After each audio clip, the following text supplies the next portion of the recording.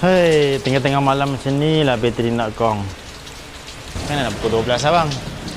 Bang, senduk ni mak saya yang pesan kat saya. Suruh beli tadi. Abang nak takutkah jalan di sini? Sudahlah gelap, tiada lampu jalan. Hei, jalan dah pula pecah-pecah bah. Astaga.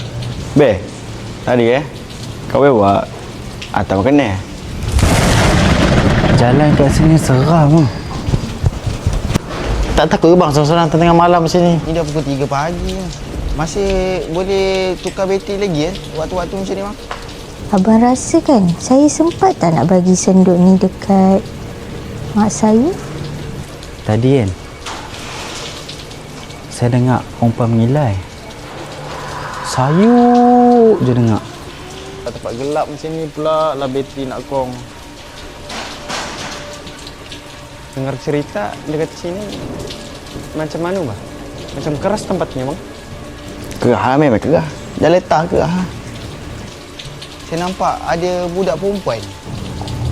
Sebab tadi masa saya jalan kat depan sikit tu, kereta saya jatuh gaung.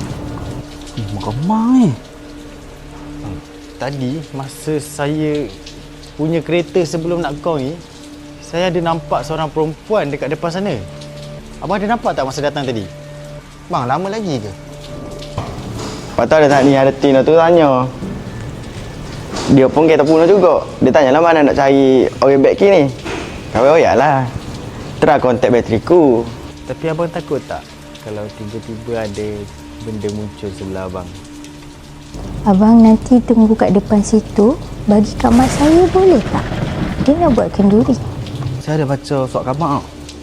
Dia cakap ada perempuan mati, aksiden, jatuh gong kat sini. Kasih siaplah cepat. Aku mau balik ni. Lambat sudah. Pukul 3 sudah ni.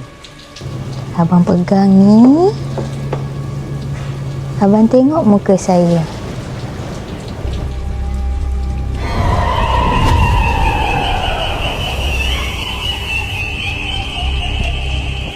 Bateriku.com Breakdown Buddies.